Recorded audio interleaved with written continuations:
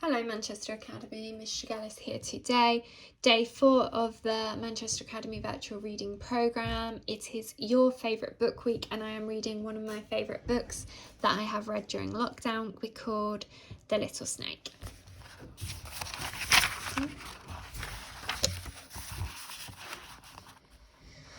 When the snake returned to Mary's city, he saw that once again much more time had passed than he had realised. There were no longer any kites flying over the rooftops. The streets were almost silent apart from the barking of thin, yellow dogs. The luxurious towers that had thrown their shadows over more and more of the neighbourhoods had been abandoned and become tall, thin ruins, or had been reduced to no more than rubble and foundations. It seemed that the hands of giants had reached down and punished them. The snake, because he was wise, knew that the hands of humans and machines and devices of humans had caused the damage. Usually, this would not have concerned me.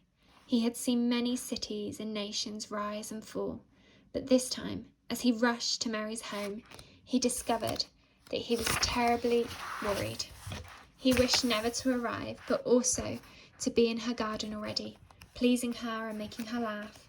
He felt that he was being torn into two pieces, and this made him think, love truly is a terrible thing, and yet it makes lovers never want to leave each other and hold hands while they look at stars and be happy all the way to their ending, and that is wonderful.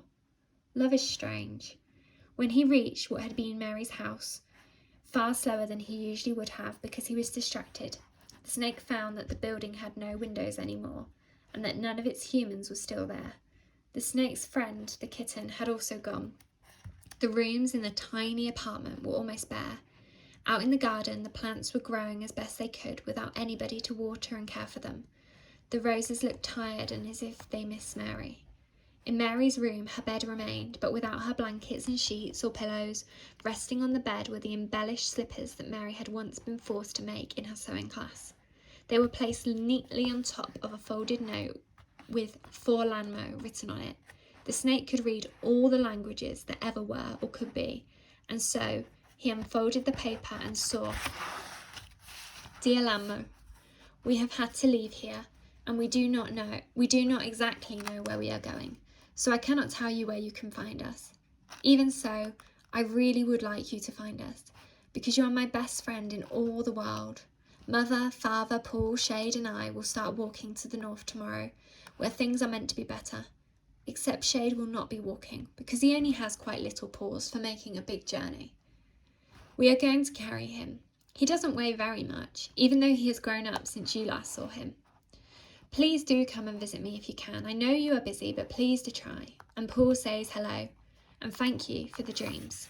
And I am sending really all my love to you, apart from the love that is for Paul and Mother and Father, and the little bit I give to Shade, who is very sweet.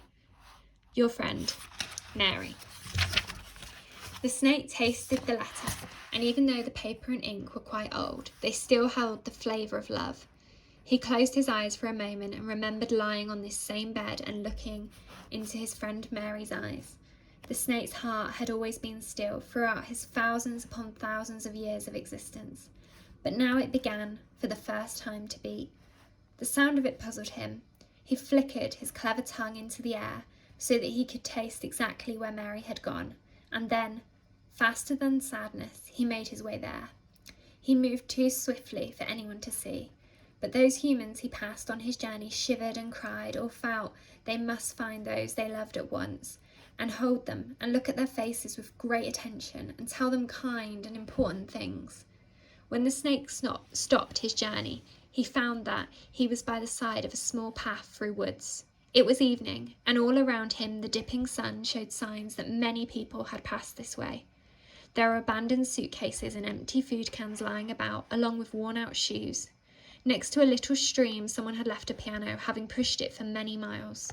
The instrument leaned at a strange angle against a willow tree's trunk, and when the wind blew, the willow swayed and the piano's strings played their own small tune to the tree. In the shadows under the branches of an oak, the snake saw a young woman with 21 white hairs and eyes that showed she was brave and kind and honest. She was wearing sturdy boots and sensible clothes that were cleverly sewn with tiny, strong stitches.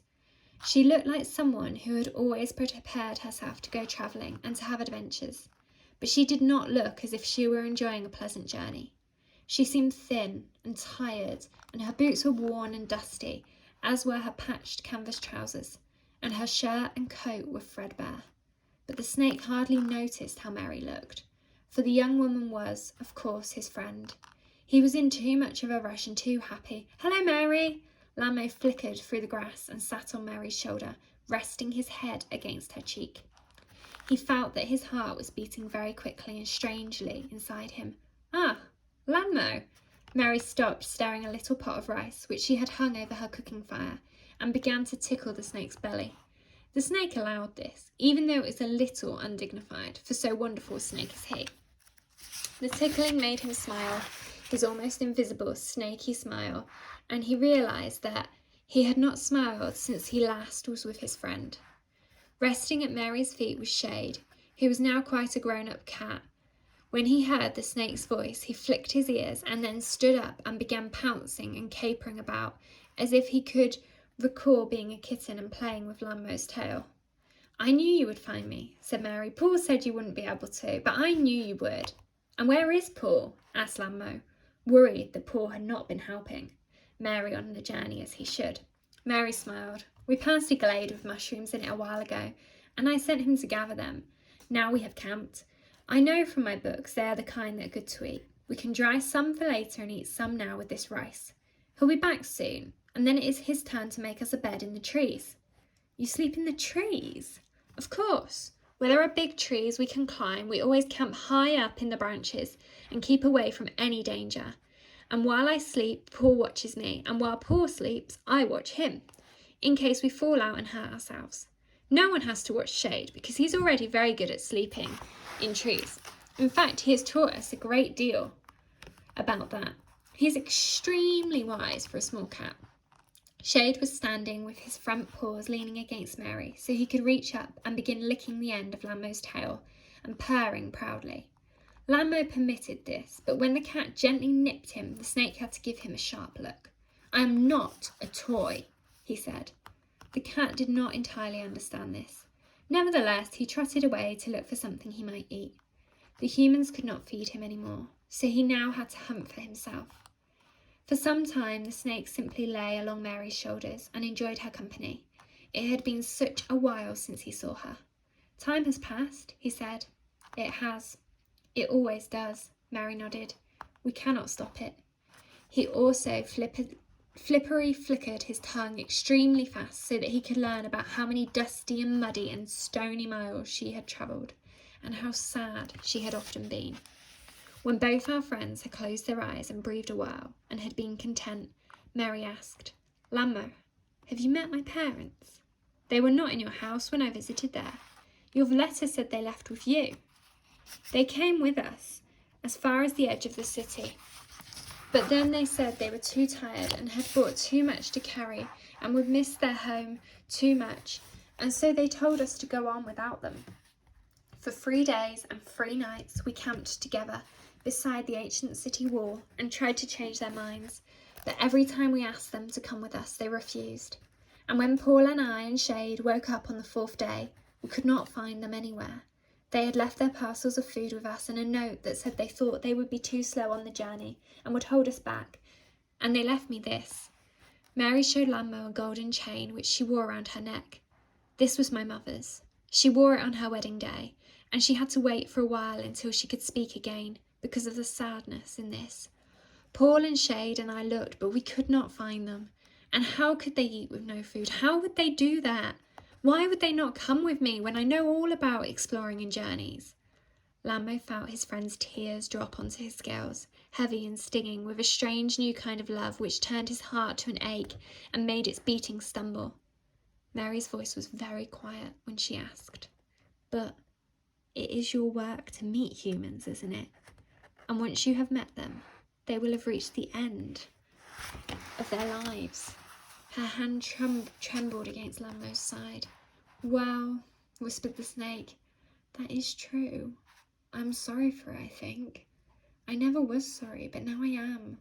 Still, a snake is a snake is a snake, and I am this kind of snake." But you have never met my mother and father and let them see you and know your teeth? Her voice was even quieter.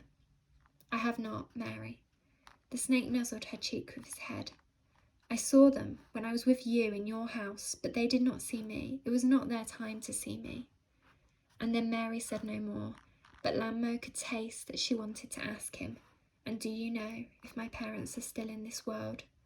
So the snake tasted the air to see if he could find Mary's mother and father. His tongue searched in the air for a long time, and would have gone on searching if Mary had not said, Lammo, you cannot find them, can you? No, I cannot. And you have the cleverest tongue in the world, haven't you? And you can find anyone or anything. That is true. So if you cannot find them, then they cannot be found any longer in the world, and humans have done your work for you. The snake did not answer this. I would rather not be human, Mary said, and she cried for a while, and Lammo cried with her, and this was the only time he had ever cried with a human. Stopping there today, come back tomorrow for the final instalment.